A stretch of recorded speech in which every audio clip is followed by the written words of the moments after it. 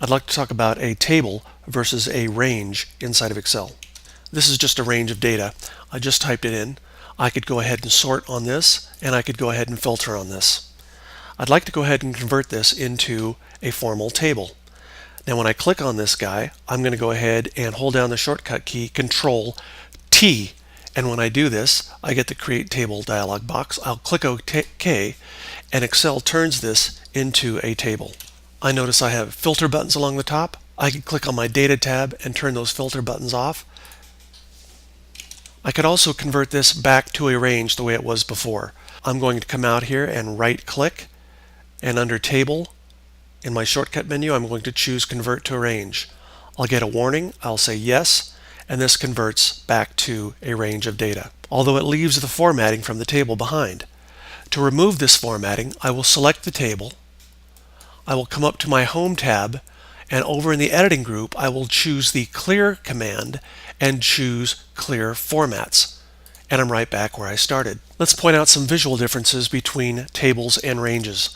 In a range, when I click inside the range and click outside the range, you won't notice any change in the tabs along the top or the ribbons within the tabs. However, if I convert this to a table by clicking in the middle of the range and doing a Control T and then pressing Enter, you'll notice when I click outside the table and then click back inside, my tabs change a bit. I get a new Design tab for a Table Tools context that allows me to come out and change the formatting for the table.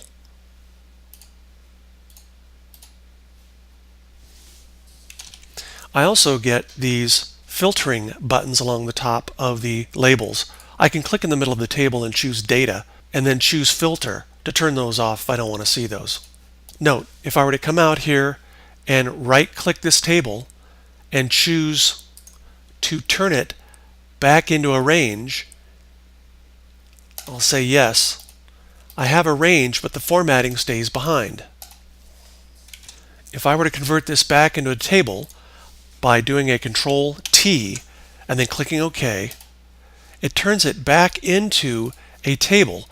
However, now when I come out here and click on my Design tab and change to a different design, because it came from a range, you're going to have a problem with some of the coloring changes inside of your table.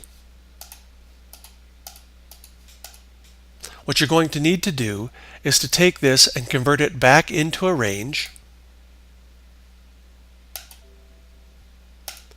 and then select the table. You can do this, select the range rather. You can do this by doing a Control A inside the table.